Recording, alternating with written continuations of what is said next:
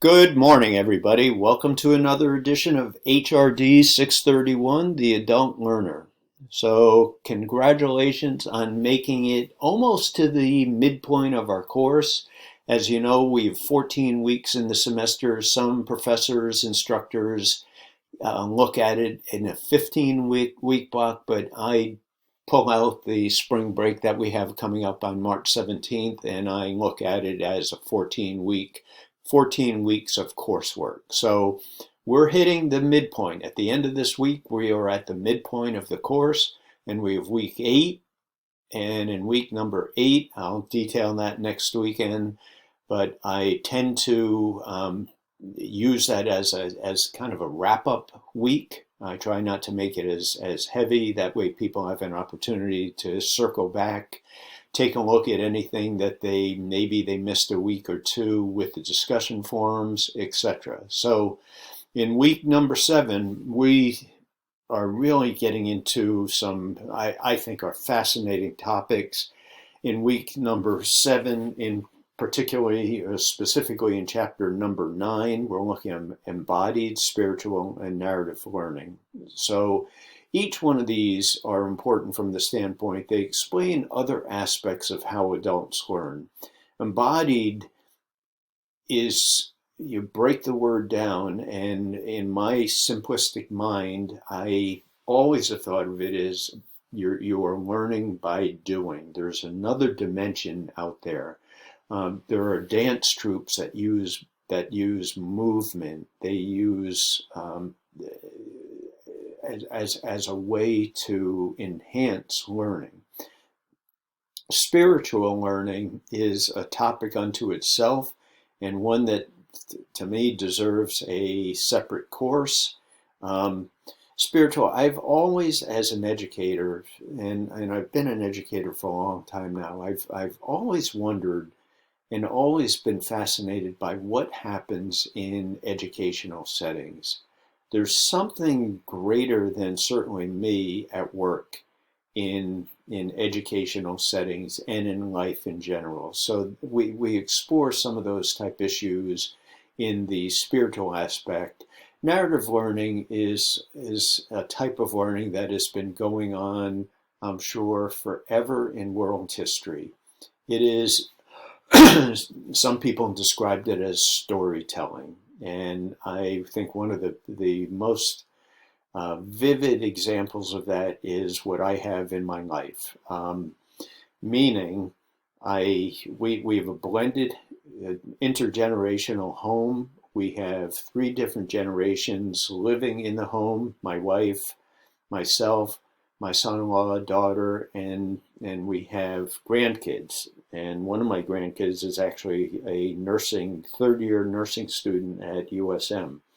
And just the other day, the nursing student was sitting around with my wife, and we all were sitting around just talking. And my wife is a retired hospital nurse, ER, ICU, ER, etc. My daughter's a nurse practitioner, works in an emergency department. My son-in-law is a paramedic, and my granddaughter's a nursing student.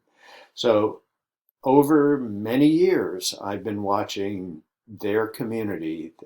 It doesn't matter if it's at a social function, but oftentimes they start talking about patients. Not in any specific detail, and there's no identifiers that they use, but they talk about arrhythmias, what they found, on and on and on. I think it's one of the strongest, it's one of the most powerful ways that people actually learn, by telling stories about what they did and how, their experience with that. So I think people will be, hopefully you're interested in these topics, but I think this is a really important week, and chapter 9 is important. Chapter 10, we look at non-Western perspectives, which really has to do with Eastern, and it's a different way of looking at education. Every bit as important, maybe even more important, than how we teach and learn in the United States. So I hope you enjoy these topics. Nuts and bolts, read chapter 9, read chapter 10. There's some optional readings in the electronic reserve. Have some really fabulous videos on embodied and spiritual learning, narrative learning, non-Western learning. So I say, due to the learning reflection paper, which is not due until March 9th, participation in the discussion forum for this week is optional. Now, I encourage anybody to participate in the discussion forum. I don't want to make it mandatory, but I do want people to start thinking about and reflecting on the learning reflection paper that is due next week. Due next week, the learning reflection paper. Here's information on that, and I will have some more information coming up during the week on specifically on the reflection paper. ABA formatting, just a couple of thoughts on that. Excuse me, I really appreciate a few things in a paper. The first one is a cover page, a properly formatted, APA formatted cover page. To me, it sets the stage for the entire paper. The second thing is a references page. It's the last page that's in the paper. On the last page, you put the word references centered on the page, and then you list your references in APA formatting. And then I'd like everybody, if you take a stab at your APA formatting internal to the paper, doesn't have to be perfect, but I would like you to give it a good try. So once again, there's a video here and then there's some additional information on APA formatting. A heads up, we'll be doing our exploration project presentations in these weeks, and I will have some information on that coming up. Next week, we will be discussing excerpts from one of these books, so I encourage you to please take a look at the information. These are all in the electronic reserves, and there will be individual discussion forums set up. So if you read Dodson's book, you will go to the discussion forum on this particular book. Week number 8, Advanced Organizer. Everything is spelled out in here, what we're going to be doing. And then due on March 10th is a learning reflection paper. So that is it at this point. Information down here, electronic reserves articles, introduction to week number 8. So that's it for me. Oh, one more thing. We have the optional discussion forum. Please participate if you want.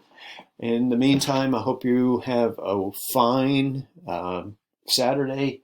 A little cloudy, rainy, snowy today in Maine, but I think we're, as the first day of March, to me, that's always a hopeful day. So no offense to those avid skiers or snowmobilers or people that absolutely love winter in Maine. I do enjoy it, but come March, I'm ready for the chapter to be turned. So that's it for me. Any questions, please let me know. I'm here to help, and keep up the good work in the class. Thank you.